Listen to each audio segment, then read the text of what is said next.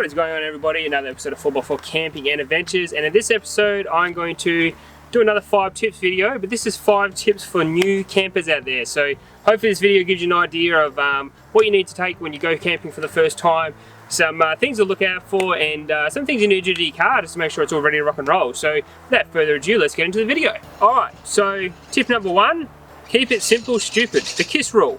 Very, very simple. Camping should be simple. You shouldn't be stressing about what you need to or not need to take when you're going camping. If you go with the basics, food, beers, esky, something to hold your food storage and that kind of thing in, a swag to sleep in or something that you sleep in like a tent or whatever, make sure you take your pillow and linen, all the stuff to keep you warm, and yeah, head torch for light if you haven't got lighting set up on the car, and that is pretty much it. So if you stick with the basics, you can get really, really enjoyable camping with the basics. You don't need to take coffee machines, all that kind of stuff. So my advice for rule number 1 is you go camping because you want to get away from the you want to get away from the town, you want to go from the people and the cities.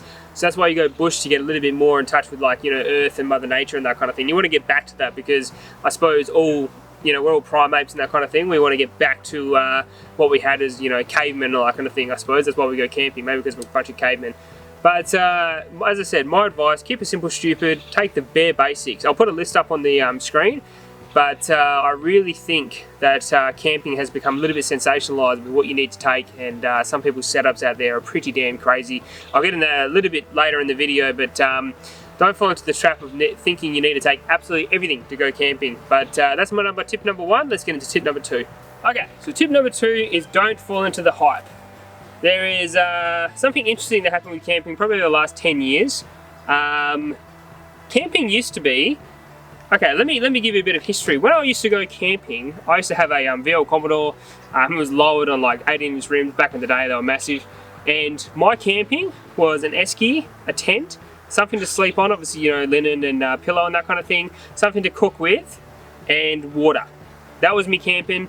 I just went out and started camping out in my VL Commodore. And there's a lot of people you see these days, like tourists and that kind of thing, who actually go camping in like station wagons because they can actually sleep in the back. So it's one less thing you have to take with you. Camping is about being simple and basic and not trying to bring the world with you. You're trying to get away from the world. You're trying to get away from the cities and the hustle and bustle of the daily life. You're trying to get away from that. So why would you think or fall into the reality of you need to bring everything with you? Like, you see some people today, and I'm not calling anyone out because everyone's got different needs and everyone goes camping for different reasons, but you have a full canopy that has like coffee machines and ice makers and all that kind of stuff in there. And the real reason is why? Why do you need all that stuff? Is that really going to make your camping experience better? Or is it a status thing? You need that stuff to look cooler than the next person? Or when you arrive at camp, you have all the gear, so you look, that makes you feel good because you have absolutely everything and you're the king of the camping site? Really? I've gone from having a canopy, a full-blown canopy setup, and everything you need in there. I never went the coffee machine route because there's nothing wrong with getting a billy and making a coffee over the coals. I still think that's the best kind of coffee you can have when you're camping. To a open setup, so solar panel on the roof, battery, fridge, and something to cook with. So I've evolved my camping. I haven't gone to the full-blown of I need absolutely everything to go off-road, but I've definitely evolved to going from an esky to a fridge because obviously it keeps your beers colder, and you can obviously put more food in there, you can cook better things. So that's just an evolution of camping, which is I think a really smart thing to do. Start with the basics and then evolve up to, or modify your situation to upgrade your gear and all that kind of thing, but do it over time, because then the more times you go out, the better you get at it, and then you start thinking about things you can do better with. So instead of having an esky, you're like, oh, instead of buying ice, I can buy a fridge, because you can get a fridge for like $500 these days, and you can put it in the back, and then you get a dual battery, and then you're like, oh, cool. So you have like a pretty awesome weekender setup, or like a couple of days setup. So if you want to go to the Simpson Desert, you can spend a couple of days out there without worrying about your esky ice free, melting and that kind of thing. So that's where your evolution of camping comes from. But don't think if you're new to the camping, you've bought a dual cab ute or whatever, you need a fully blown $25,000 canopy on the back without anything in it to go camping, because you really don't. It does not make camping any more better of an experience. It actually makes you use more fuel. Just keep with the basics. If you're going out there with a Hyundai Excel, just go camping with a Hyundai Excel. As I said, you don't need a 4-wheel drive to go camping. There are so many camping places in Australia, you don't even need a 4-wheel drive to get there. So, as I said, tip number 2, don't fall into that hype of you need absolutely everything to go camping. Don't fall into the hype of jumping on, like, let's say, Four Drive Super Center's website, and you need absolutely everything on that front page to go camping, because you don't. Swag, water, food, and some beers, you're camping. That is an easy way of saying it, and that's an easy way of living by, especially if you want to keep your camping basic and simple.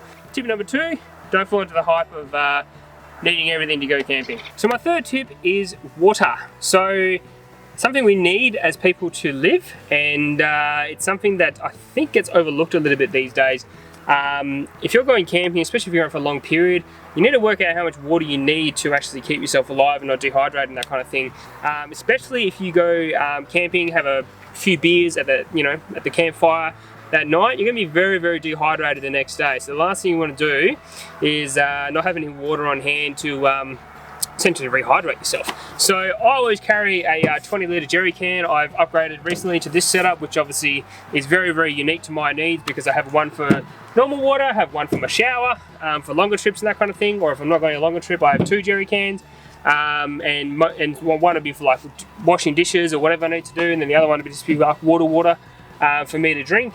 But I really think a 20 litre jerry can you can get from Bunnings for like 15 or whatever it is bucks, 15, 20 bucks, is one of the best investments you can do with your 4-wheel-drive. Chuck it in the back, and or even chuck it between the front seats and back seats. That little section there is nice and slim, and most of these fit really nicely in there, and then you can just have it pull out and you can have a little tap on the side of your car. As I said, water is very, very key for camping, and you don't want to go out without enough of it, mainly because you can get dehydrated, and that's where really bad stuff can happen along the way. So don't fall into the trap of forgetting about the water. If you don't want to get these and reuse these over and over again, you can get those 10 litre things from Woolies, which is like $4, which come in a plastic container. Just be careful, they do rupture and they do wear out pretty quickly, and once you cut the breather hole on them, you'll get water coming out, especially if you're going on some tracks which are a little bit articulating. So yeah, just be careful about that side of things as well, because that can add up a lot of money over time. And as I said, for 20 bucks, you can't go wrong with the jerry can. Put some water in there. Don't use your garden hose. Don't use a green garden hose to fill these up, because the water will taste like absolute shit. Fill it straight from the tap if you can, or get one of those blue caravan hoses that they use to fill up fresh water with, because they're actually rated not to give that weird taste that you get from a garden hose. So little inside tip there, I've done it once before. I was wondering why my water tastes like shit, and that was the reason why. So yeah, don't fill them up with the old garden hose. Alright, so tip number 4, pretty simple one. If you've got a fridge, or you have the benefit or the luxury of having a fridge when you go camping, what I normally do is I fill this up the day before. So I get all my stuff that I'm going to use for going camping, and then I fill it up with all the food, fill it up with all the beers and that kind of stuff, let it get down to temperature, and then put it in the car. So that way I'm not putting it straight on my dual battery system. The dual battery system has to start working really hard to cool it down. It's already at temperature, all the food inside's already at temperature, and it's ready to rock and roll. So pretty good tip to new campers out there. If you just think putting this in the back of your car and then putting all the food in there when when this thing's hasn't been turned on yet or whatever, and then going to the campsite, your food might actually be cold enough by the time you get there, because you've only been there for a couple of hours, and these aren't like fridge at home. They haven't got fans and that kind of stuff to circulate the air inside. So as I said, tip number 4, if you've got a fridge in your car, try to put the food in there the night before, and you just save yourself a little bit of battery life and that kind of thing for your secondary battery. So tip number 4, fill your fridge the night before, load it up to the car when you go camping. Alright, so you're pretty much ready to rock and roll, right? You're ready to go camping, and this is tip number 5, by the way. You're ready to go camping, and you're pretty much good to go. You've thought of everything, you've had a check, you've done your double check, and then, yep, I'm ready to go. You drive out to camping, you get there, and you've forgotten something. Probably the worst thing that can happen, especially because it's something normally really important. Could be tongs for your food, so you can't flip your food or whatever. Could be a pillow, so you don't have to sleep on your clothes. Could be the blanket and you're freezing your ass off all night. My 5th tip is if you're going to go camping, you're going to go camping a lot, is make a list. Laminate it, put a little check boxes next to everything. Because that way when you go camping, if you haven't got a car that's ready to go and everything's inside it, and you store everything in the shed and that kind of thing, and when you go camping you just chuck it all in the car, have a list there so you can just tick off everything as you go. That way you know that every single thing that you need to take is ready to go. So another thing around that is when you do camping, have a box for your camping gear. So when you, let's say, go camping, you can literally just get that box and chuck it in your car and you know everything's in there. And you can have like a food box that you can have like non-perishables and that kind of stuff in there. And you can use that to go camping. That way you know you've always got food in there. But yeah, tip number 5 is always make a list, and that way you're never going to be in a situation where you forget something. Now I'm in a very, very lucky position, whereas my car, I can literally just go camping because all the stuff is in the car. The only thing I really need to worry about is food, but I normally go to Woolies, you know, the day before and get my stuff that I'm going to take when I go camping. But yeah, when I didn't have the car set up like I did, I had my box on my plastic tub for the food, and I have a plastic tub for all the utensils. And if you see from like my earlier videos, I used to have those in the back of the car, and I just use those to pretty much yeah, go camping with, which is, it's a really easy way of doing it. As I said, simplicity is the key.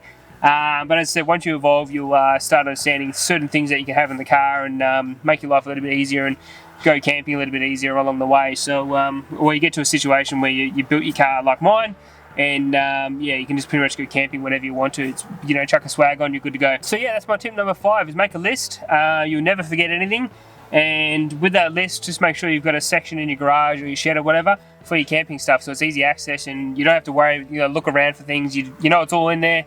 And cutlery and that kind of thing, go buy some cutlery from you know, the Salvos or something like that, or even the $2 shop, because you can get cutlery really cheap, and use that as your camping cutlery. So you only need a knife, a fork, a spoon, all the basics if you're going solo, or a couple if you've got a family. But yeah, once you've sort of got those basics sorted out, put them all in a pencil case, your cutlery, and that way it's an easy way of storing it. And yeah, you just small things like that. You just know you don't have to get like cutlery out of the kitchen and that kind of thing or whatever. So so yeah, just have like a camping section for all your food and utensils and that kind of thing, which is a nice little tip as well. Bonus tip, I suppose. But yeah, that's been another episode of 4x4 Camping Adventures. If you've got any tips yourself that I've missed, chuck them in the comments down below, because I still think camping is something that is continuously evolving, and especially with the way that camping's sort of looked at now, it's definitely changed in the last 10 years. And I think camping is still going out to the bush to be closer to, you know, nature and that kind of thing, and it still should be very, very simple.